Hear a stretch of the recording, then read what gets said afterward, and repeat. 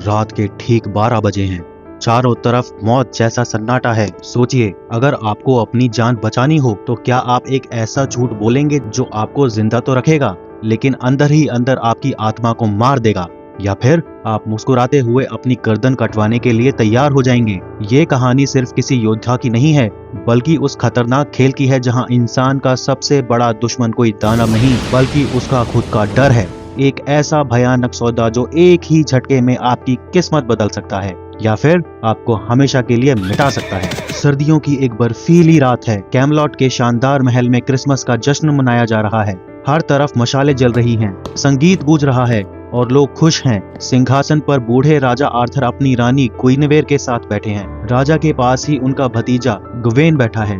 गवेन राजा का रिश्तेदार तो है, लेकिन उसने आज तक अपनी बहादुरी साबित करने के लिए कोई बड़ा काम नहीं किया है। वो सिर्फ महल की सुख सुविधाओं में जिया है। उसे इस बात का हमेशा दुख रहता है कि दरबार के बाकी सारे लोग उसे एक कमजोर लड़का समझते हैं। मन ही मन वो सोच रहा है कि क्या वो कभी एक सच्चा नाइट बन पाएगा या फिर राजा की परछाई बनकर ही रह जाएगा। राजा आर्थर ने महल का माहौल देखा और गवेन से मुस्कुराते हुए कहा, गवेन, आज इस पवित्र रात पर मुझे अपनी किसी बहादुरी या पराक्रम की कहानी सुनाओ। ये सुनते ही दरबार के सारे शूरवीर गवेन की तरफ देखने लगे, लेकिन गवेन ने शर्म से अपनी आंखें झुका ली, क्योंकि उसके पास सुनाने के लिए कोई कहानी थी ही नहीं। उसने अपनी जिंदगी में कभी कोई युद्ध नहीं लड़ा था, कभी किसी मुसीबत का सामना नहीं किया था। वो अंदर ही अंदर खुद को बहुत छोटा महसूस कर रहा था। तभी अचानक एक ऐसा धमाका हुआ कि महल की बड़ी बड़ी पत्थर की दीवारें कांप उठी। महल के विशाल दरवाजे तिनके की तरह टूटकर बिखर गए। बर्फीली हवाएं और सूखे पत्तों के बवंडर के बीच एक विशालकाय और डरावना ग्रीन नाइट अपने खूंखार घोड़े पर सवार होकर अंदर आया। उसका शरीर इंसानी मांस का नहीं बल्कि प्राचीन पेड़ों की छाल, सूखी लकड़ियों और हरी काई से बना था।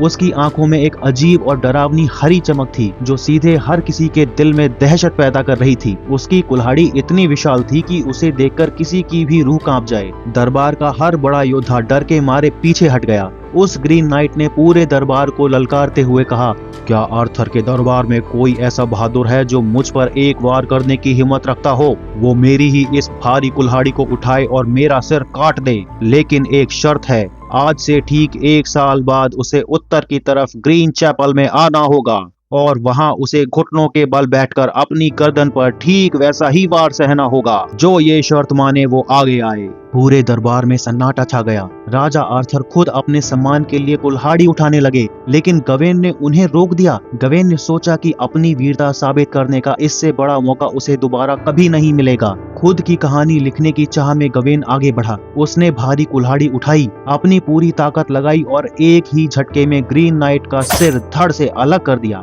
सिर फर्श पर जा गिरा और चारों तरफ हरा गाढ़ा खून फैल गया। लेकिन असली रहस्य तो अब शुरू हुआ। वो कटा हुआ सिर अचानक अपनी आंखें खोलता है और जोर जोर से हंसने लगता है और उसका बिना सिर वाला धड़ चलकर उस सिर को बालों से उठा लेता है। वो कटा हुआ सिर चिल्लाया, 1 साल और 1 दिन गवेन, ग्रीन चैपल में मेरा इंतजार करना। और वह घोड़े पर बैठकर रहस्यमयी तरीके से गायब हो गया। गवेन के पास अब अपनी मौत गिनने के लिए सिर्फ 365 दिन बचे थे। हर कोई हैरान था कि गवेन 1 साल बाद अपनी मौत के सामने कैसे जाएगा। समय बहुत जल्दी बीत गया और आखिरकार वो खौफनाक दिन आ ही गया जब वादा पूरा करना था। कड़ाके की ठंड में गवेन अपना भारी कवच पहनकर सफेद घोड़े पर सवार होकर महल से निकल पड़ा। चलते वक्त उसकी माँ मॉर्गन ले फे, जो एक गुप्त जादूगरनी थी, उसने गवेन की कमर पर एक जादुई हरी बेल्ट बांध दी और कहा, जब तक यह बेल्ट तुम्हारी कमर पर रहेगी दुनिया की कोई भी तलवार, कोई भी कुल्हाड़ी तुम्हारा कुछ नहीं बिगाड़ पाएगी। ये तुम्हें हर खतरे से बचाएगी। इसे कभी अपने से अलग मत करना। गवेन को थोड़ी राहत तो मिली, लेकिन मौत का खौफ उसके दिल से खत्म नहीं हुआ था। उसका सफर बहुत लंबा, थका देने वाला और डरावना था। वह ऊंचे बर्फीले पहाड़ों, उफनती ठंडी नदियों और ऐसे भूतिया जंगलों से गुजरा जहां दिन में भी रात जैसा अंधेरा होता है। कोहरे के बीच से अजीब अजीब आवाजें आती थी, जैसे कोई अदृश्य ताकत उसका पीछा कर रही हो। रास्ते में उसे एक ऐसा मैदान मिला जहां सैकड़ों सैनिकों की लाशें सड़ रही थी और चारों तरफ कौवे और गिद्ध मंडरा रहे थे। वहां का सस्पेंस तब और बढ़ गया जब एक चालाक लुटेरा लड़का गवेन को अपनी बातों में फंसाकर उस पर पीछे से जानलेवा हमला कर देता है। वे गवेन को अधमरा कर देते हैं और उसका घोड़ा, उसकी कुल्हाड़ी और सबसे जरूरी वो जादुई हरी बेल्ट भी छीन लेते हैं। देते हैं। वे गवेन को पुराने पेड़ से कसकर बांध देते हैं और तड़प तड़प कर मरने के लिए वहीं छोड़ देते हैं। गवेन उस कड़कड़ाती ठंड में घंटों बंधा रहता है और अपनी बेसब्री पर रोता है कि वो अपने सफर की शुरुआत में ही हार गया। लेकिन गवेन हार नहीं मानता। वो तड़पते हुए अपनी पूरी ताकत लगाकर खुद को आजाद करता है और एक टूटी हुई झोपड़ी में पहुंचता है। आधी रात को सन्नाटे के बीच उसे पानी टपकने की आवाज आती है। जब वो आंखें खोलता है तो उसके सामने सेंट विनीफ्रेड नाम की एक लड़की की आत्मा खड़ी थी। वो रोते हुए गवेन से कहती है कि कुछ पिशाचों ने मेरा सर काटकर पास के गहरे और ठंडे तालाब में फेंक दिया है। क्या तुम उसे वापस लाओगे? गवेन को अपनी कायरता पर शर्म आती है। वो उस बर्फीले काले पानी में डुबकी लगाता है। पानी इतना ठंडा था कि उसकी हड्डियां जमने लग गई थीं। वो अंधेरे में टटोलते हुए उस लड़की का सिर बाहर लाता है। सुबह जब उसकी आंखें खुलती हैं तो वो आत्मा गायब थी, लेकिन चमत्कारी रूप से उसकी कुल्हाड़ी उसे वापस मिल जाती है और एक वफादार लाल लोमड़ी उसकी साथी बन जाती है जो उसे आगे का रास्ता दिखाती है। तनाव तब और गहरा हो जाता है जब गवेन एक मायावी महल में पहुंचता है। वहां का मालिक गवेन के साथ एक अजीब खेल खेलता है कि वो जंगल में शिकार करेगा और शाम को गवेन को लाकर देगा और गवेन जो महल में हासिल करेगा वो उस मालिक को दे देगा। महल की मालकिन, जिसका चेहरा गवेन के सच्चे प्यार एसेल जैसा था, गवेन को अपने हुस्न और लालच के जाल में फंसाती है। वो रोज उसके कमरे में आती है और उसकी बहादुरी पर सवाल उठाकर उसके दिमाग से खेलने लगती है। तीसरे दिन वह मालकिन गवेन को वही जादुई हरी बेल्ट वापस दे देती है जो लुटेरों ने छीनी थी और कहती है, इसे पहन लो, ये आपकी जान बचाएगी। क्या तुम उस दानव के हाथों अपनी गर्दन कटवाना चाहते हो? इसे अपने कपड़ों के नीचे छुपा लो, मेरे पति को पता नहीं चलेगा। मौत के डर से कांप रहा गवेन अपनी सारी मर्यादा और खेल का नियम भूल जाता है। वो उस बेल्ट को छिपा लेता है और महल के मालिक से झूठ बोलकर बिना बताए वहां से भाग निकलता है। गवेन ने धोखा दिया था, उसने मर्यादा तोड़ी थी। अब उसका सामना सीधे मौत से होने वाला था। घने और ठंडे कोहरे को चीरते हुए गवेन आखिरकार ग्रीन चैपल के सामने पहुंचता है। ये कोई सुंदर या पवित्र चर्च नहीं था, बल्कि एक प्राचीन, खौफनाक और सुनसान गुफा थी जो पूरी तरह से हरी काई और अजगर जैसी पेड़ की मोटी जड़ों से ढकी हुई थी। गुफा के अंदर एक छोटा सा झरना भी बह रहा था जिसकी आवाज सन्नाटे को और भयानक बना रही थी। गवेन जैसे ही अपनी कुल्हाड़ी लेकर अंदर गया, सूखे पत्तों के नीचे से एक विशाल आकृति उठी। वो ग्रीन नाइट था।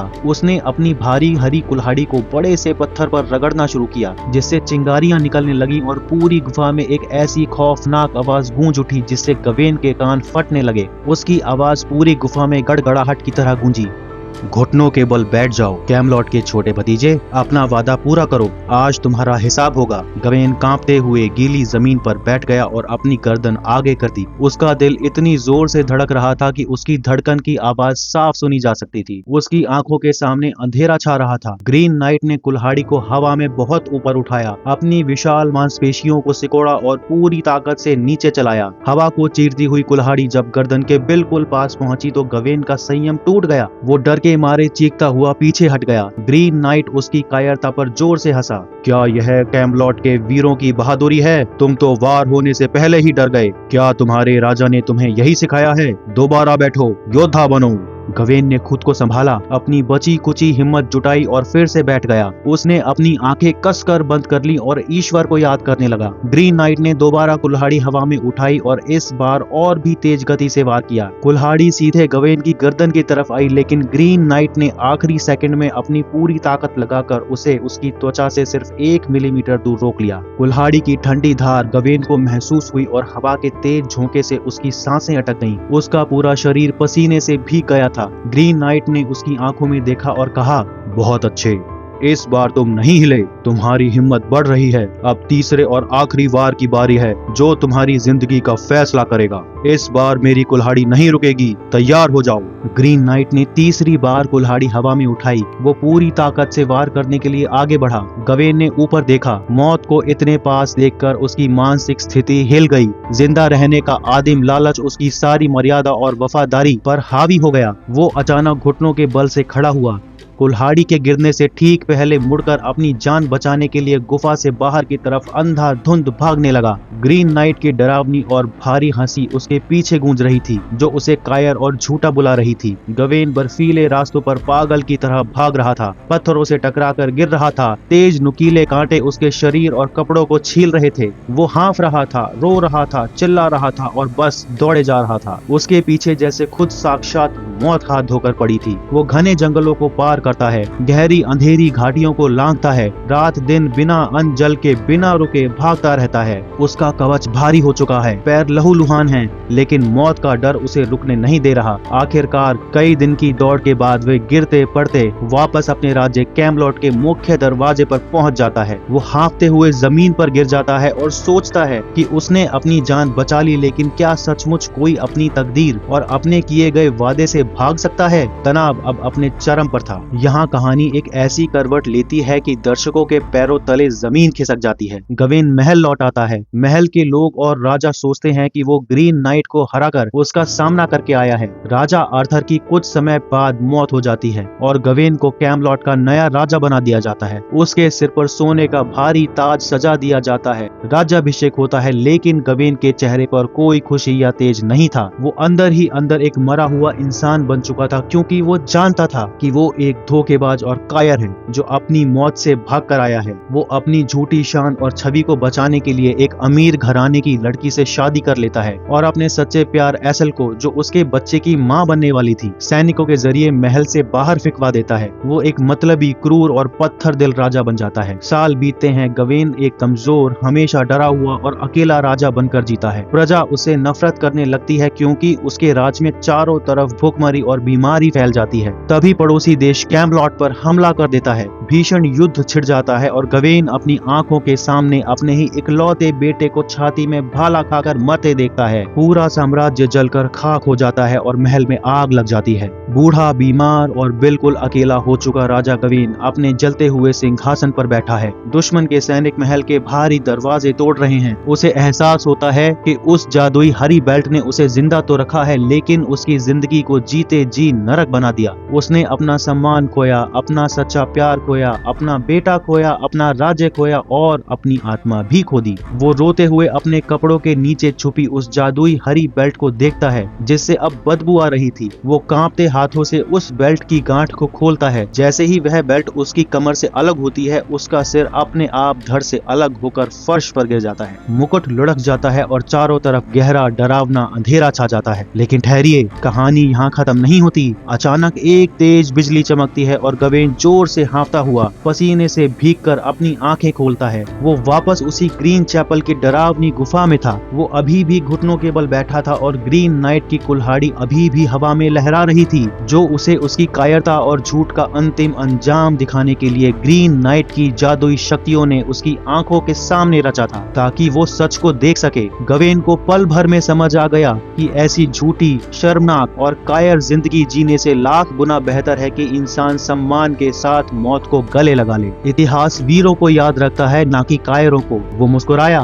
उसने अपने कपड़ों के नीचे हाथ डाला और जादुई हरी बेल्ट को झटके से बाहर निकाला और उसे हमेशा के लिए दूर कीचड़ में फेंक दिया। अब उसके पास कोई जादुई सुरक्षा कवच नहीं था। वो पूरी तरह से निहत्था था और उसका दिल हर तरह के डर से आजाद हो चुका था। उसने अपनी गर्दन सीधे ग्रीन नाइट की कुल्हाड़ी के सामने रखी, उसकी आंखों में आंखें डाली और बहुत ही शांत और बुलंद आवाज में कहा, अब मैं तैयार हूँ। अपना वादा पूरा करो, अब मुझे कोई डर नहीं है। गवेन की ये अद्भुत बहादुरी, सच्चाई और आत्मसम्मान देखकर ग्रीन नाइट का भयानक और पथरीला चेहरा बदल गया। उसकी जलती हुई आंखों में एक अजीब सी नरमी और गर्व आ गया। उसने अपनी भारी कुल्हाड़ी को नीचे कर दिया। वो गवेन के पास गया और प्यार से उसके गाल को छुआ। उसने कुल्हाड़ी की तेज नोक से गवेन की गर्दन पर सिर्फ एक छोटा सा हल्का सा कट लगाया, जिससे खून की एक छोटी सी बूंद निकली। ये कट उस एक झूठ की सजा थी जो उसने महल में बेल्ट छिपाकर बोला था, और उसका पुराना हिसाब वहीं पूरा हो गया। ग्रीन नाइट मुस्कुराया और उसकी आवाज अब बहुत सुकून देने वाली थी। उसने कहा,